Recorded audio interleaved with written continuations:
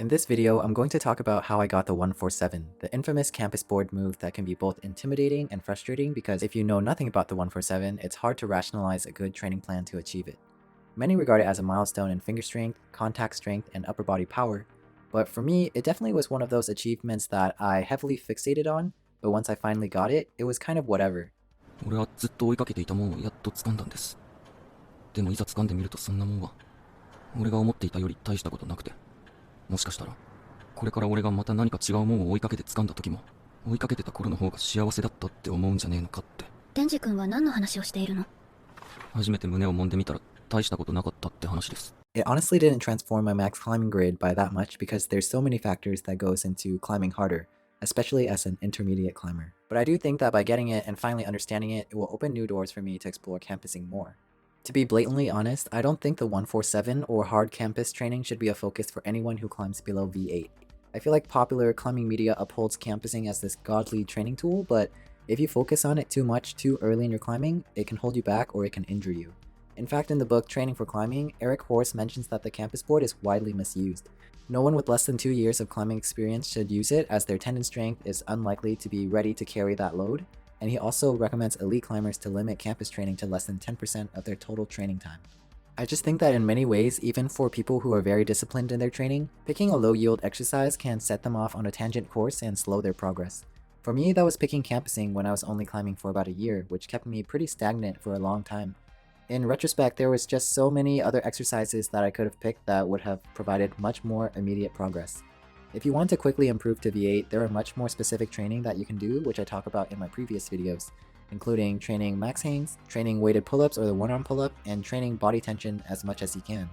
The only reason why I'm training campusing right now is that I want to break into the moonboard V9s and double digits, which has many more campus moves.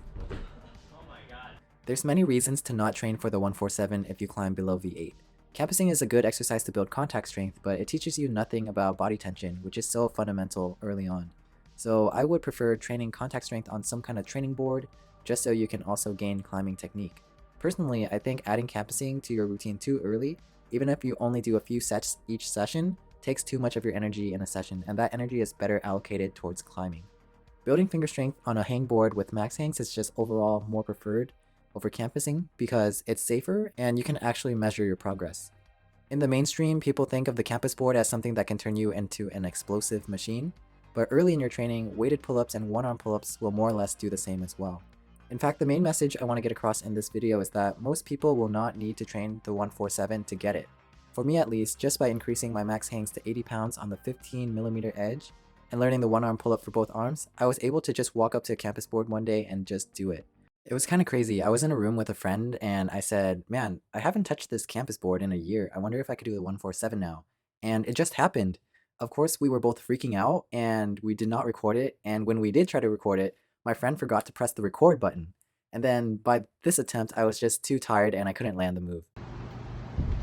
Oh. Yeah, I'll try to land it again. Yeah.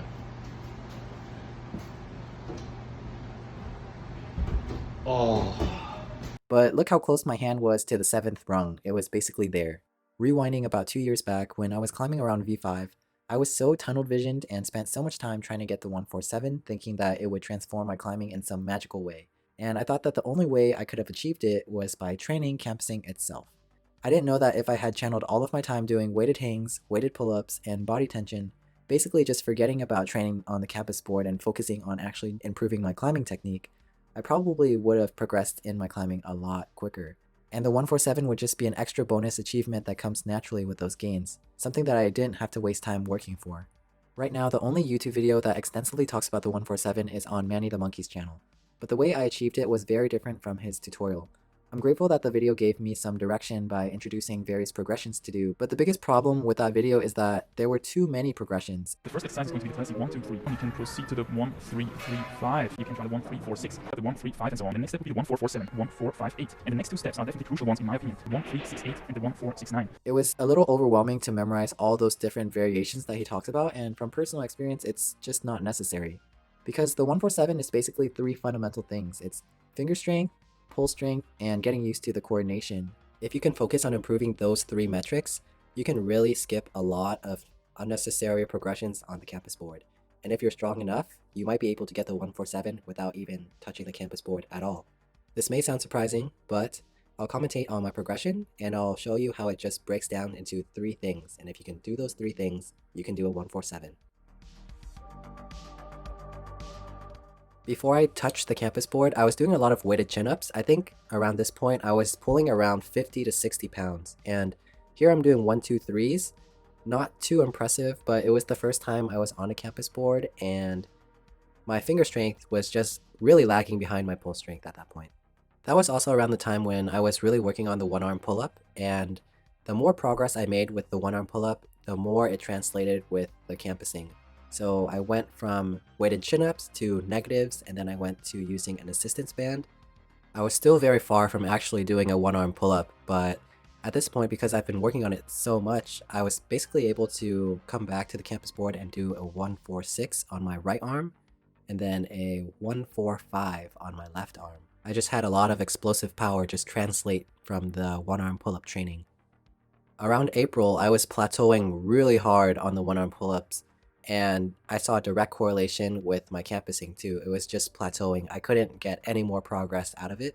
And in retrospect, the thing that I should have done here was just completely take out campusing from my routine and focus mainly on the one-arm pull-up. Because when you're doing one-arm pull-ups and campusing, you're pretty much training very similar things, but because you're doing 2 at the same time, you're taking away resource and energy from each other.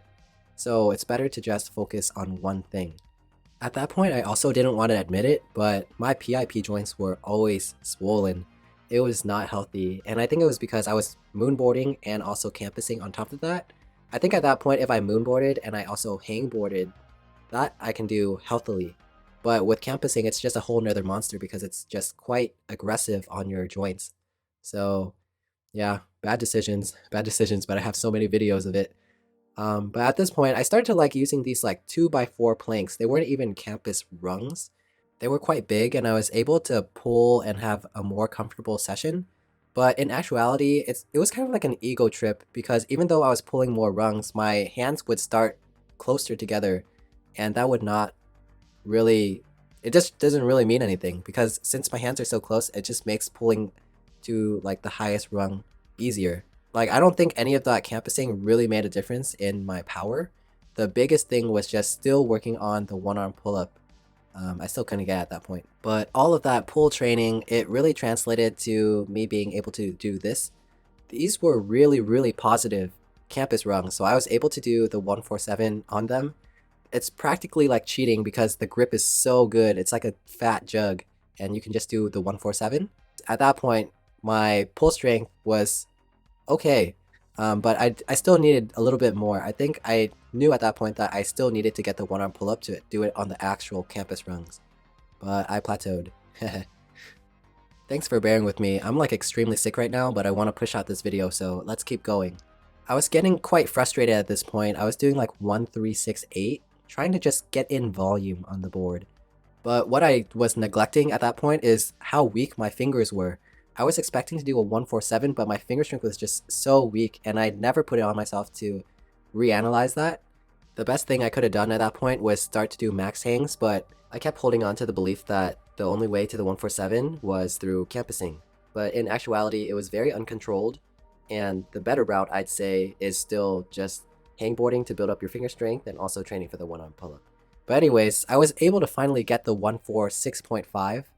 And the biggest thing that helped me was whenever I was trying to pull up, for the bottom hand, I would really push with my fingers. I would like push down and kind of do like a dip motion on that bottom hand, and then try to really quickly grab the next highest rung. But yeah, the highest that I was able to go to was the 146.5. No matter how hard I tried and how much I really like strained, I just couldn't get past that point, no matter how hard I tried. I even tried to implement some of the progressions from Manny the Monkey's channel, where like he would do 1-3-6-8, but I honestly did not like it. I just don't like having to do that extra bump to the next rung. I like keeping it at 3 rungs and just 3 rungs as it is. So at that point, I was just plateauing so hard. I was like, okay, this is just not fun anymore. I just want to climb. I don't want to be stuck in this campus room. So I just put all of my energy into learning the one-arm pull-up. So the one-arm pull-up, it sounds like such a pain to learn, but honestly, it was one of the most enjoyable times of my climbing career because every single week that I came back to the climbing gym, I just felt strong. Like I wasn't even able to do the one-arm pull-up yet, but every week I just felt like all of my time and effort was worth it. And yeah, but in this video, I am mainly doing the one-arm chin-up. Honestly, after you get the one-arm chin-up, it's quite easy to transition to the one-arm pull-up. I would say even this variation, the chin-up, it's I would say it's a little harder than the one-arm pull-up just because you're relying so much on your bicep. Once you transition to the one-arm pull-up, you're relying a lot more on your lats, and I honestly just feel like it's easier for me. Once you have enough strength to do the one arm in this position, you're basically already putting yourself into the exact position that you need to be to do the 147. And the ability to close off this arm angle very acutely, this is really important because it basically allows you to maximize the vertical height that you can get on the 147 as well. After getting the one arm pull-up pretty solid on both arms, the 147 went down on this date. At this point, I haven't touched the campus board in a really long time. I haven't touched it since the August of the prior year. It just goes to show that you do not need to do campus training to get the 147. But here are the clips. It's not like a true 147, it's like 146.5 because we forgot to record the actual attempt. Do keep in mind that besides the one-arm pull-up training, I've been working on my max hangs very consistently for about a year, and this is my routine and metrics. It's very important, and I would say that if you do want the 147, it's a lot more higher yield to do max hangs and then apply that finger strength back to the campus board, rather than trying to build finger strength from the campus board. Around the end of November, I lost the 147, so I was only doing around 146.5. That brings me to the next point, which is slight variations in how strong your fingers are will really affect if you'll be able to pull off the 147 or not. Somewhere along the line in November, I started switching up my max hang routine, and I lost quite a bit of finger strength. I switched over from hanging on two hands with added weight to using a pulley system, and there's just something about a pulley system that the pulley is just not perfect, or I don't know, maybe I was just doing my math wrong, but I ended up losing about 20 pounds of max hang weight. I tested at the end of November and I lost about 20 pounds and it kind of freaked me out, but after I did some weighted hangs how I usually originally did it, it went back up and then I was able to regain both my finger strength and also the 147 again. This is the actual clip of my first recorded 147. Not too pretty. I did it at the end of a session, but that's fine. The first ones are never pretty. But anyways, that's it. The big moral of the story is you just don't need a campus to get the 147. I think like I wasted so much time back then just working at it thinking that I can only get it by training my campusing.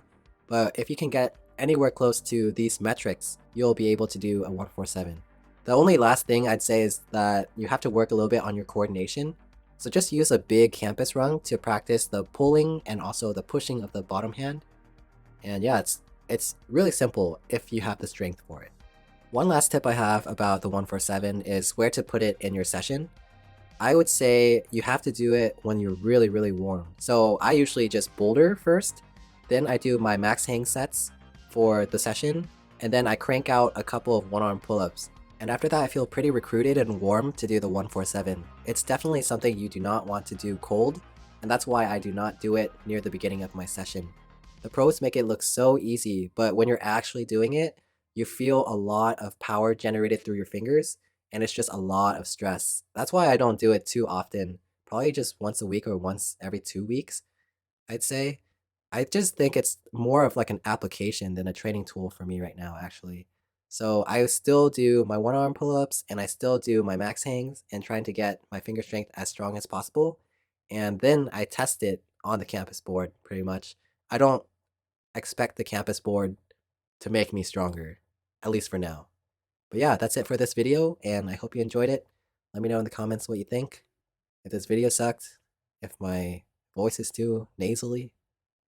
Alright, see ya!